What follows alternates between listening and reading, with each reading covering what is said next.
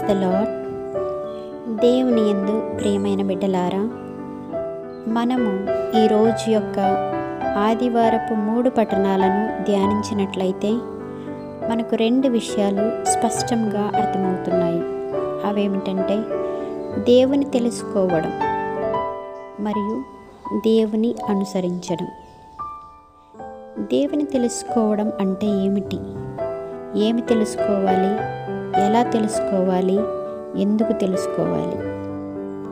దేవుని యొక్క ప్రణాళిక, దేవుని యొక్క ఆలోచన, దేవుని యొక్క క్రియల గురించి మనం తెలుసుకోవాలి. ఎలా తెలుసుకోవాలి?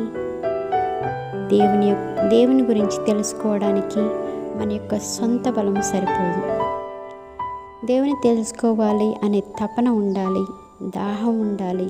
అదేవిధంగా ఆత్మశక్తి, పరిశుద్ధాత్మ శక్తి మనకు కావాలి. ఎందుకంటే ఈరోజు యొక్క పట్టణంలో మనం చూస్తున్నాము, నరుల బుద్ధి బలహీనమైనది. అంటే మన యొక్క